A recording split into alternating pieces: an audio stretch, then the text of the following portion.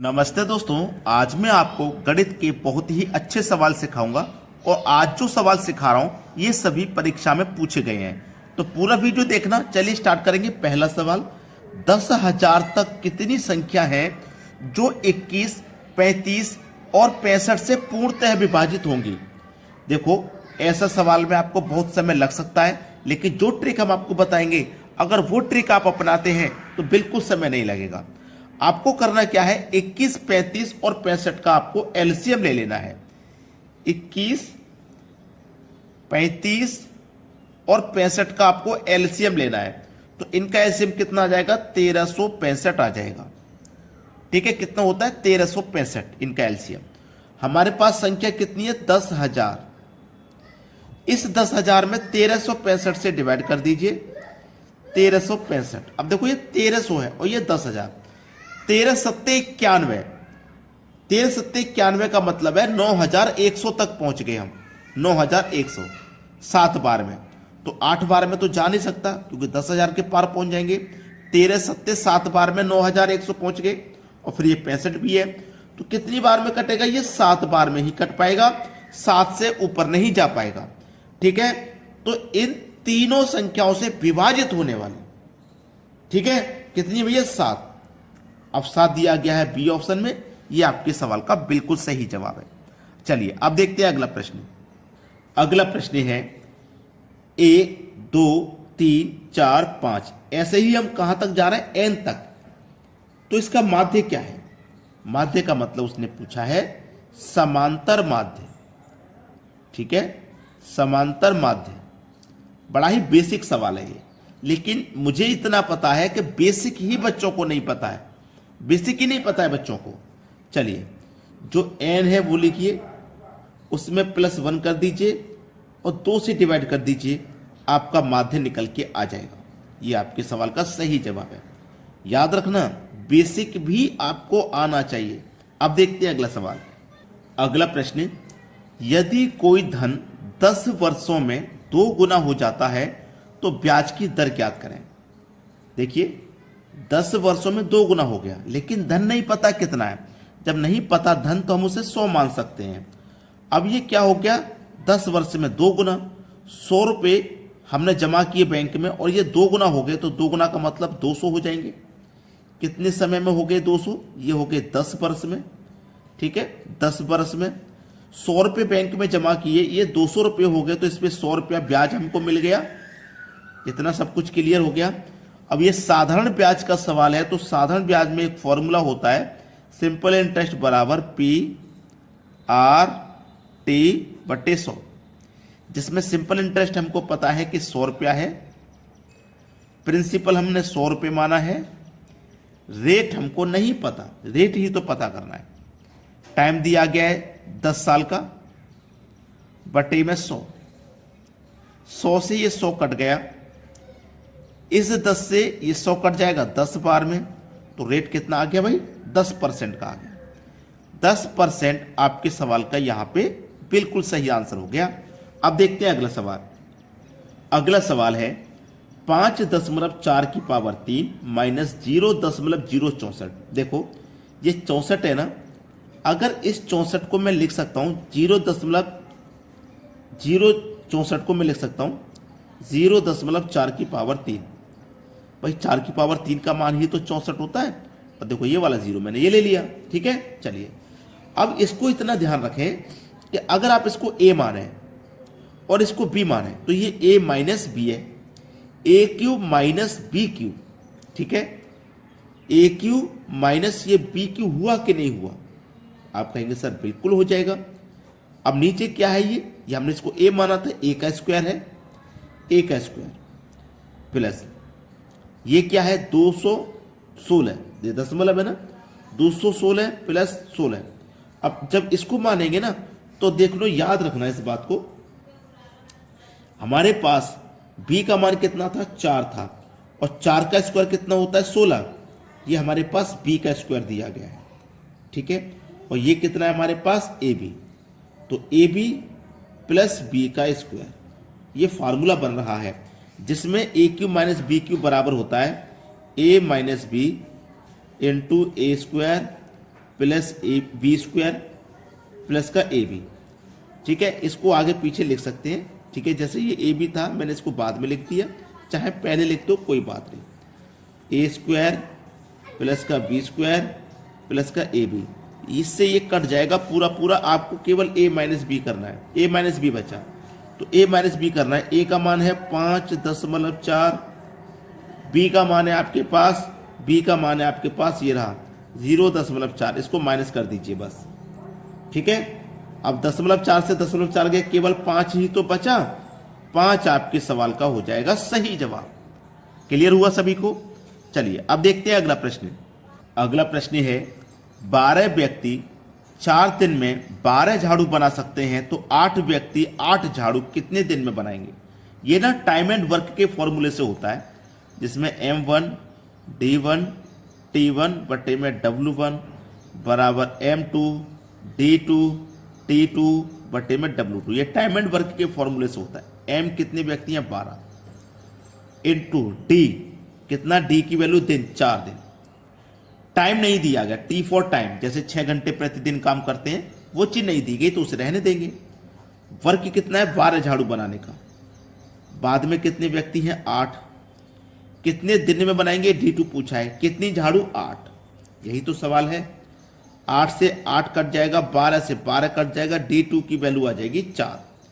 4 आ गई D2 की value निकल के। ठीक है, उसने बोला था 8 व्यक्ति 8 झाड़ू कितने दिन में बनाएंगे? 4 दिन में।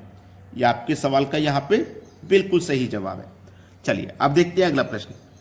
अगला प्रश्न 120 के कितने भाजक हैं? इसका मतलब है 120 में कितनी संख्याओं से भाग दिया जा सकता है।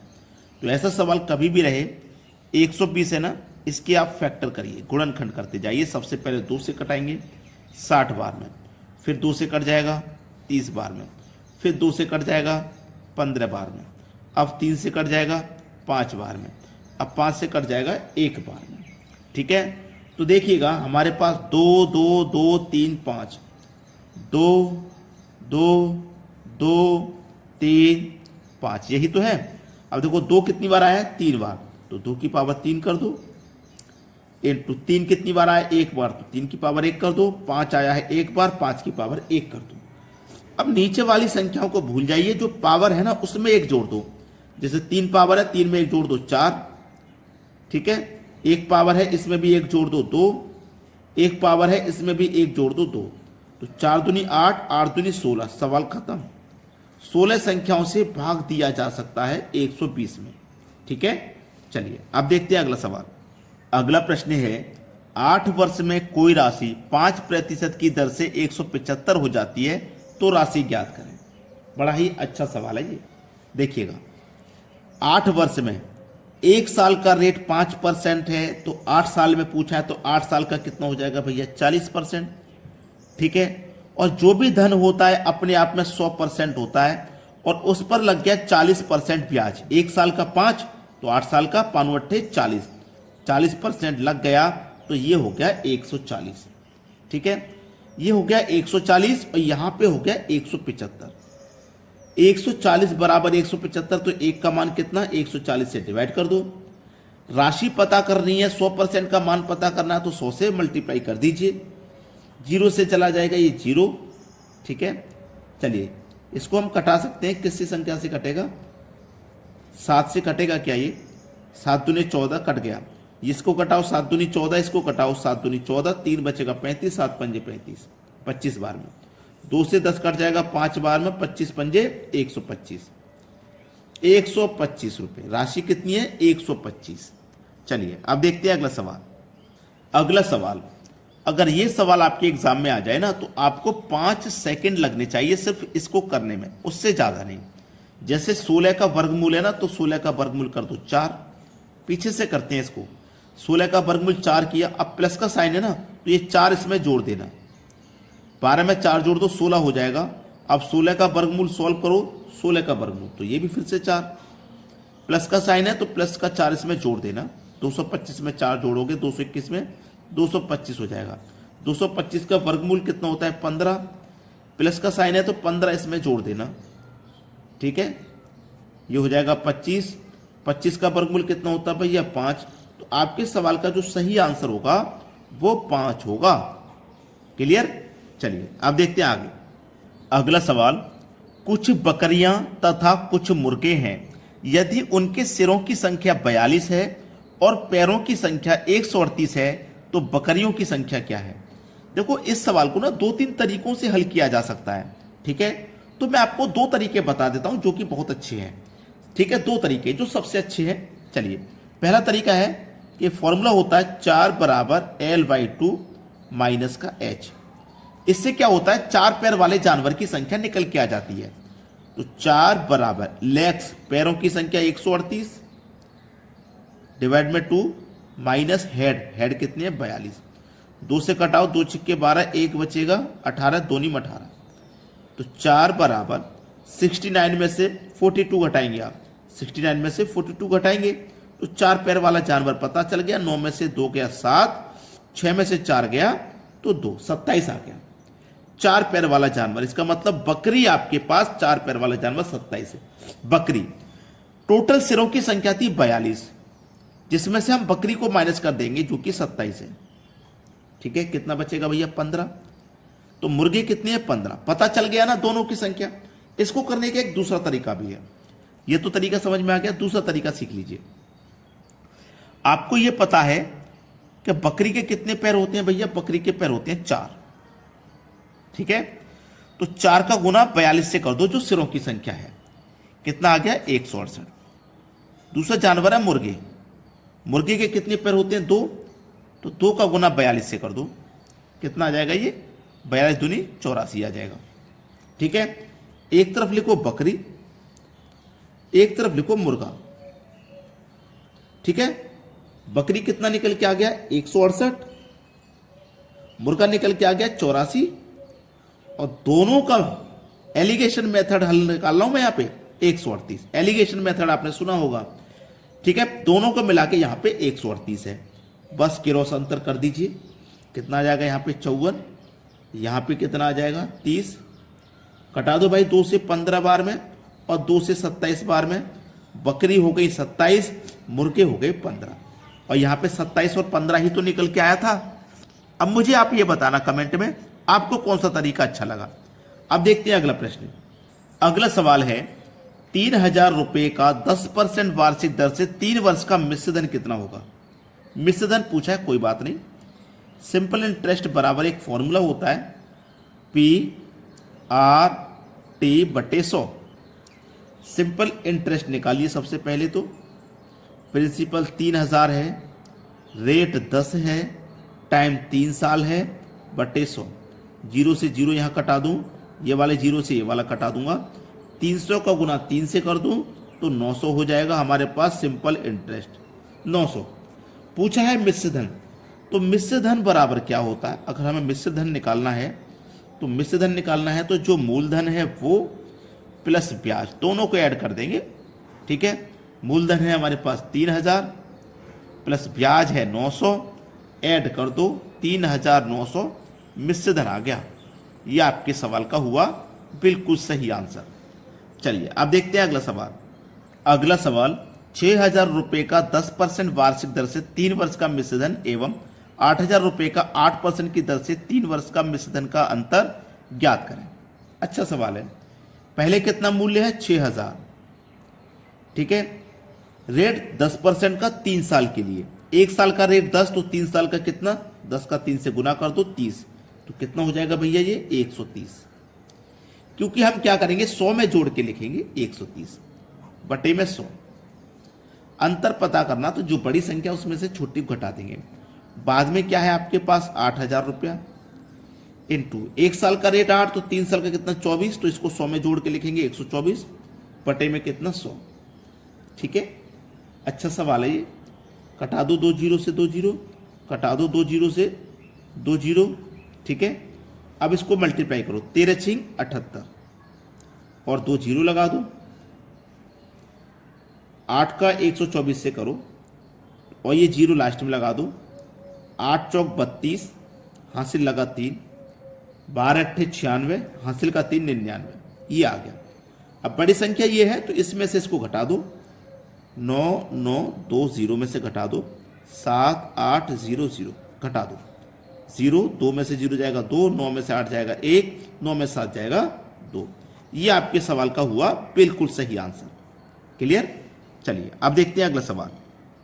अगला सवाल है, दो संख्याओं का एलसीएम और एचसीएफ का गुणनफल 2079 है। यदि पहली संख्या 27 है तो दूसरी संख्या ज्ञात करो। इसका एक फॉर्मूला होता है, पहली संख्या गुने दूसरी संख्या बराबर एलसीएम गुने एचसीएफ। ये फॉर्मूला आप नोट करके रखना, प्रैक्टिस के टाइम काम आएगा। पहली संख्या है 27, दूसरी संख्या निकालनी है। एलसीएम कितना है? एलसीएम हमारे पास, एलसीएम नहीं पता, एचसीएफ गुणनफल है। एक मिनट, ये जो हमारे पास है ना गुणनफल है, एलसीएम और एचसीएफ का गुणनफल। तो रुकिए एक मिनट, ठीक है। हमारे पास इन दोनों का गुणा, देखो एलसीएम और एचसीएफ गुणा में है और दोनों का गुणा पहले से ही हमको करके दिया गया है 2079। हमें इसमें ना तो एलसीएम पता और ना ही एचसीएफ पता, और हमें पता करना भी नहीं है क्योंकि हमसे तो दूसरी संख्या पूछी है। ठीक है, चलिए कटाएंगे। सबसे पहले इसको कटाएंगे, 9 तिया 27, 3 बार में कटा और 9 से ही इसको कटाएंगे। 9 दूनी 18, 2 बचेगा 27, 9 तिया 27, 9 एकम 9। ठीक है, अब क्या करना है, 3 से कटाइए। 3 से कटाएंगे, 3 सत्ते 21, 2 बचेगा 21, 3 सत्ते 21, 77 बार में कट गया। तो दूसरी संख्या जो है वो है 77। ये हो जाएगा सवाल का बिल्कुल सही जवाब। अब देखेंगे अगला प्रश्न। अगला सवाल है, एक आयत की लंबाई और चौड़ाई का अनुपात 3:4 है। यदि आयत का परिमाप 28 सेंटीमीटर है तो विकर्ण ज्ञात करिए। बहुत अच्छा सवाल है ये, बेहतरीन क्वेश्चन। ठीक है, देखिएगा, आयत का परिमाप बराबर 2 × L + B, यानी कि लंबाई गुणे चौड़ाई बराबर 28 सेंटीमीटर हमको दिया गया है, जिसमें लंबाई प्लस चौड़ाई बराबर 2 से कटा दो 28 को तो 14 निकल के आ जाएगा। ठीक है, 14 निकल के आ गया। अब देखना, लंबाई और चौड़ाई इनका जो अनुपात है वो 3:4 है। हमारे पास लंबाई और चौड़ाई का योग 14 है और इनका जो अनुपात है उनका योग करेंगे तो 7 आ जाएगा। इस योग से अनुपात के योग में डिवाइड कर दो, 2 बार में कट जाएगा। 2 तिया 6, 2 चौको 8। ठीक है, तो हमारे पास जो आयत है उसकी लंबाई और चौड़ाई, लंबाई कितनी है भैया उसकी 6 और चौड़ाई कितनी है उसकी 8, और ये विकर्ण हमसे पूछा गया है। ठीक है, चलिए एक फॉर्मूला होता है विकर्ण का स्क्वायर बराबर, ठीक है, विकर्ण का स्क्वायर बराबर। अब इसको ध्यान रखें, विकर्ण का स्क्वायर यहां पे हमारे पास कितना है 6, तो 6 का स्क्वायर करें 36, और यहां पे चौड़ाई कितनी है 8, 8 का स्क्वायर करें 64। ठीक है, विकर्ण का स्क्वायर बराबर 36 और 64 मिला के हो गया 100।